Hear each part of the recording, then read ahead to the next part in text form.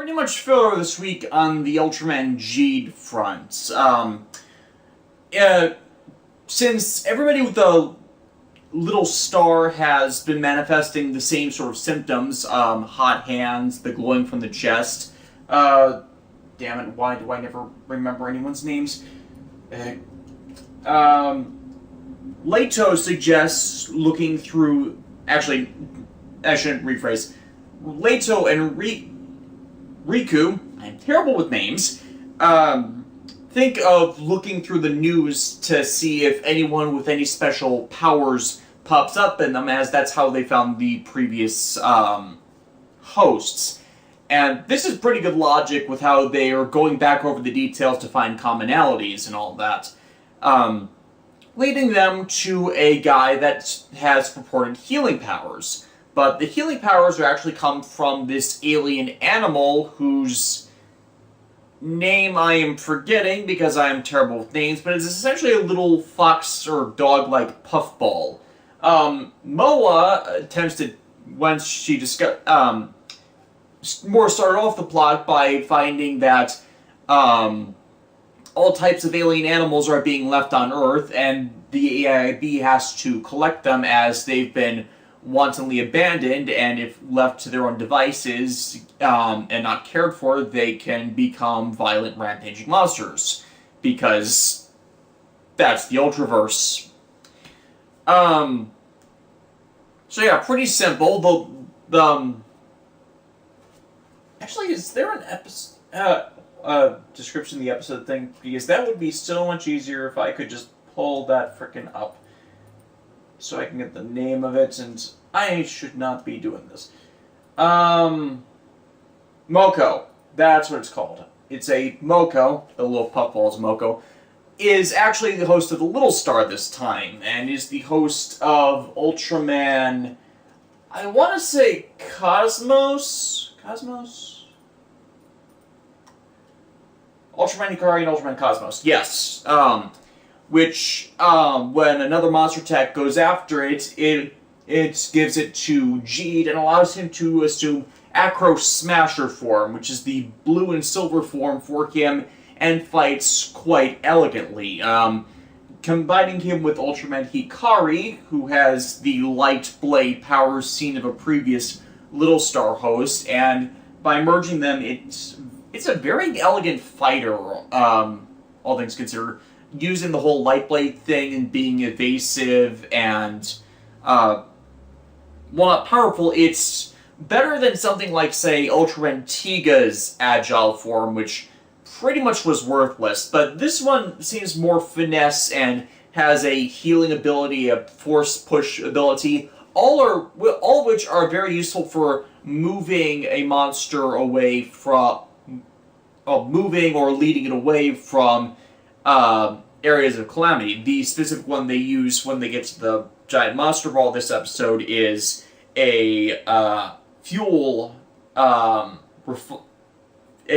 storage facility where they have the entire bulbs full of flammable materials, which if G detached while it was there, that would just cause all types of untold devastation, as sometimes those something that blows up in a place like that can lead all over the place. You never know those kind of pipelines, and hell, even the force of the explosion could hurt a lot of people in the area around it. So this is actually perfect timing for him to acquire that form to use for continuing to build Geed's hero cred, where he could have just used solid burning for it and set the thing ablaze on accident, but he's being a very intelligent, very responsible combatant, especially considering his size. The other thing about Acro Smasher I saw with the choreography of everything is both of Geed's forwards and all the monsters thus far have had little blow-ups of rubble happen when they land or finish manifesting. Like they're jumping in the air. I shouldn't say they're jumping in the air. Their resize or manifestation leaves them hanging slightly in the air, and then they drop down in as if gravity is now taking hold on this newly manifested entity, and there's always been spurts up of dust. But this didn't happen with Acro Smasher. He landed without any type of disturbance, and I like this as it's another visual tell of a major difference between primitive and solid burning, where both of these happened with it. So it's more. It reflects all of these aspects of. To repeat my same words again. Sorry, I'm a bit tired after a full week of work. The elegance and dexterity of the form, and this is just a minor setting detail that is giving this away. This is why I like Koichi Sakamoto directing, even if he's far too overzealous with explosions. He does these details that others wouldn't really even bother with, that help sell a contrast in the settings. But yeah, that's pretty much most of it. What's his name? Really terrible with names. Not K. Leto. Yes, Leto also has a subplot of trying to find the Moko and its owner, I should say. The owner is a really bad comedian. The comedian in and of himself, it's like, it bugged me because, how should I put this? Crunchyroll did not translate his jokes appropriately. It's like, that. At least that was the takeaway I was getting from it. Because the joke was, he was a comedian that amalgamated two words into a, what's the word that describes the amalgam of two words? It's not, I'm forgetting the specific phrase of what, portmanteau. A portmanteau of two words to, like, create a pun, and it's like, this isn't funny. And the entire point, admittedly, is the jokes he makes are not funny. It's just, he's failing at even basic wordplay, because it's not put in a situation like, say, Nobuharu from Kyoryuger's old man jokes, where he would do that, but he would make them appropriate to the situation, and they would play off of phonetics. It's like a word that sounds like another word which is contextually related to the situation of the week. Those were funny, they were groan-worthy, but they were actually funny, and you could laugh at them, because it was very clever to think those up on the fly in a given situation. So it showed him as a very witty and intelligent individual. This guy, nothing. Absolutely nothing. The joke is that he's not funny, and even as a joke, that kind of fell through, because it's like, the funniest thing is like everyone having no reaction to his actual humor. But as I was saying, Leto's part in this is Ultraman Zero is still injured and exhausted from when he first showed up. So Leto is thinking that the Moko, or rather, they initially think it's the comedian that has the little star in him, can heal Zero to either make it so that he can continue doing his job, or conversely to get out of Leto himself, even though he had kind of needed another Ultra Garrison member to undo the merger. At least that's how I read it from... how I read that kind of instance when, at the end of the original Ultraman series, another member of the Ultra Garrison came by and unfused the original Ultraman from Hayata. It just tells you that tells you a bit more about how I went Showa era first. So I'm thinking that's not happening anytime soon, as the only Ultra around is Geed, and Riku does not have much memory of being an Ultra, so that's not really an option. That was only about the first 20 minutes out of 25.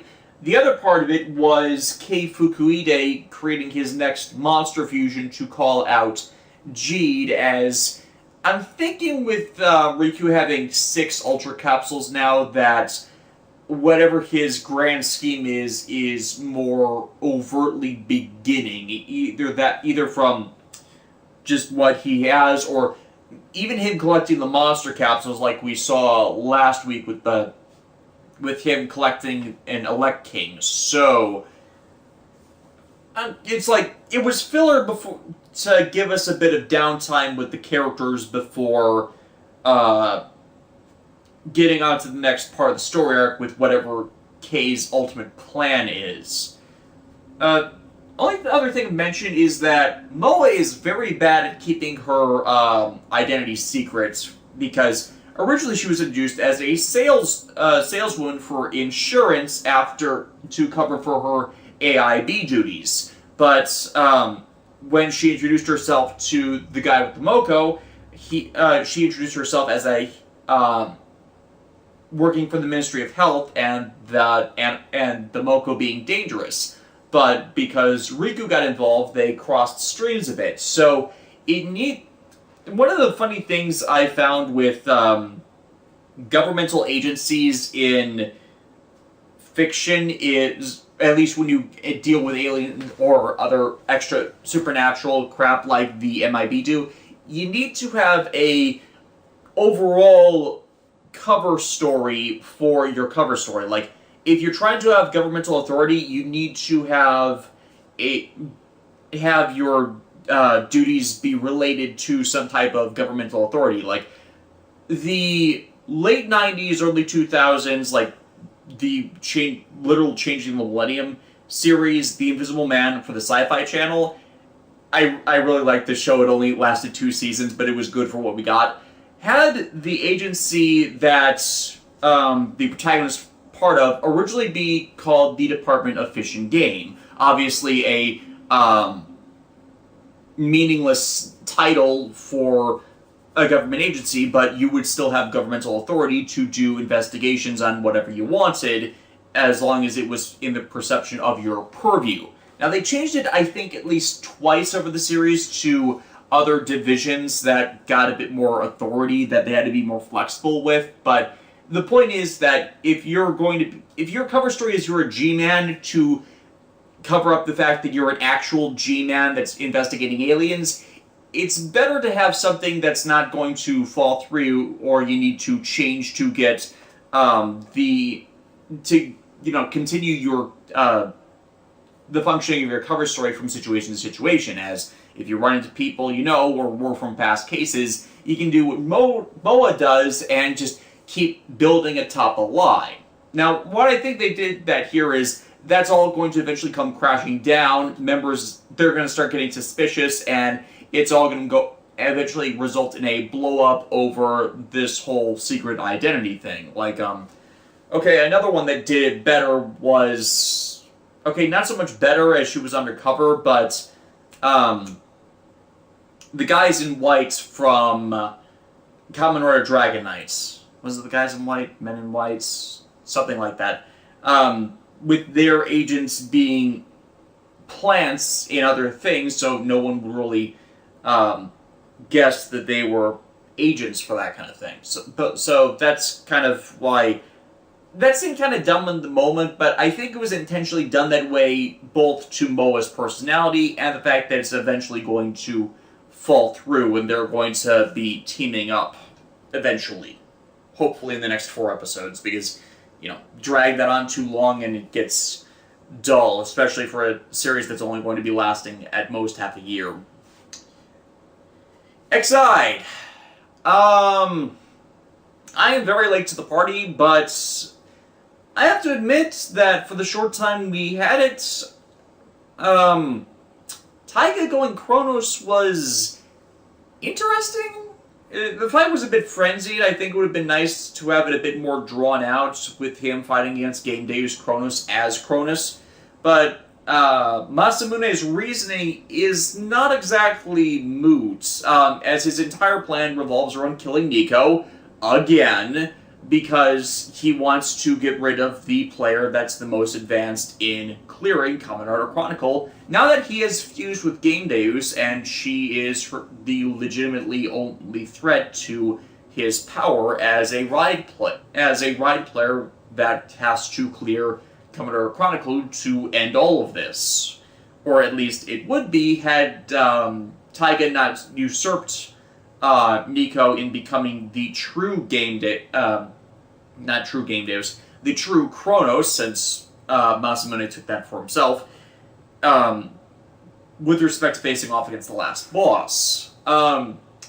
In some respects, this is a jip, because then Nico doesn't get to go full-on Gamedeus. On the other, this does more complete Taiga's character arc, where he admits openly that through all of this, he still wants to be a doctor, even though he's become obsessed with this game and being the last standing, I don't want to say player, but gamer. It's like the weight of his own sins is finally, not so much sins, the weight of his failure and everyone around him has finally made him reach the point that he can be honest with himself and admit to what he's wanted all along in clearing this. Not so much closure, but finality, forgiveness, and redemption, which is kind of the meaning behind this, as since he's been the longest one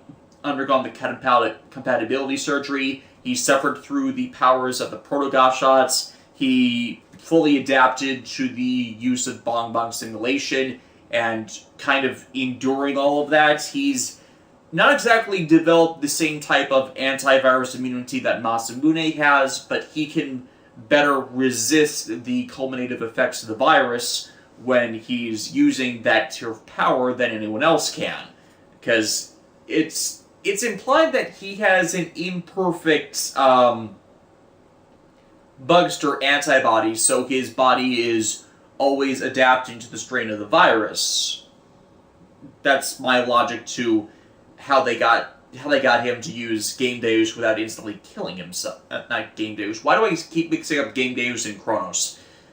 Probably because they're fused right now, and it's part of Masamune.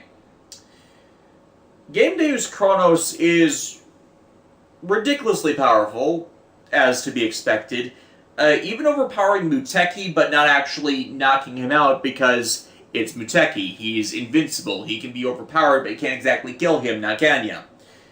So, I'm hesitant to say this is a good form, especially since it's only here for this one episode. It's another cheap repaint, especially since they had to keep the normal Chronos suit for this episode's events, but you see the budgetary issues coming in again, since Chronos originally was a kit bash of the briefly seen Genom Wizard outfits. So, what can you do? But yeah, with this, they've officially cleared Gamedeus Chonos, and the last boss transforms into a more monstrous version, and technically this is the second form of the last boss, but it explains something from last week, where when Chronos beats Gamedeus, Gamedeus was around, Remnants was around long enough for it to mutate, for Chronos to absorb it into his Buggle driver and inject it, because it was probably reforming for the last boss. Actually, no, I take that back, because they got the game clear flag just as Masamune was doing that, which then bugged it out so that it stalled. So, I don't know what this actually is. Is this just the more primal Gamedeus virus version that Chronos Gamedeus is now transformed into? This is very strange. Still, the only other prominent part of this is that despite the game clear flag seeming to have put all the Gamedeus virus victims to rest, that's not actually the case. Masamune just made it so that it receded so that it could cultivate and finally manifest as a full-on outbreak. Each of them, instead of going game over, turn into full-on orange chicken, roasted chicken-headed bugsters, which now can contact anyone to instantly spread the infection into more of these mindless drones that we've been seeing intermittently throughout the series as the runoff of the viruses. So, this is full-on unquarantinable pandemic here unless they can clear Gamedeus in the last conflict. And, how should I phrase this? The previews make me have mixed feelings as they're implying Asuna is going to kill herself to give them the needed antibody to defeat Gamedeus Chonos. Now, logically, you would think the Mighty Doctor XX would already be able to immunize everyone, because that's what they did before, but is that not going to be enough, since one of the victims of the new Gamedeus Bugster outbreak was Kyria, because he didn't fully adapt to the virus himself. He just infected himself and then immunized himself with the manifestation of Mighty Doctor XX. Kuroto looks to be fully immune to it because of how he was repeatedly infected, but it's like, is that what this is giving away? They need to even more have a more virulent or completed version of the virus to break down the last lines of this. It's like, I'm concerned because, well, you all know, I've ranted about it before. Toei has a horrible track record with female Kamen Riders in their shows being killed off for stupid reasons. This would probably make her death the closest to the original Tackles, as she's dying to save people's lives. And, you know, aside from Yoko Minato, who's, like, did it to save the life of Kaito, which actually put people in more danger, but you're getting my point. This would probably be, if they're doing it this way, I'm concerned about how they're doing it, but if they do it right, this would be the first time in nearly 50 years since they've been able to do this correctly. It would be an amazing achievement for the show that's been derided as just pop culture gamers, or a bad reflection of the gaming culture, whatever the stupid reasoning for why people dislike Exide. So yeah, I don't have much this week. Maybe it's because of timing or whatnot, but Geed episode 6 didn't pop up before I went to film this, so yeah, that's gonna be for next week. Seeing about how I'm gonna be timing these better. Maybe it'll just be week off, because I'm betting episode 6 has released publicly now for Crunchyroll users, more regular Crunchyroll users. And that's what I got. Still more good stuff, and Exide is probably going to be wrapping up its storyline next week with the following episode teaser for the next show. And if that happens, they really need to stop doing that. Exide is down to 44 episodes of main story plus the teaser for the next show, which is airing the exact next week. It's like, what happened to the plot? Ugh. Okay, again, that's all I got. I'll see you all next week.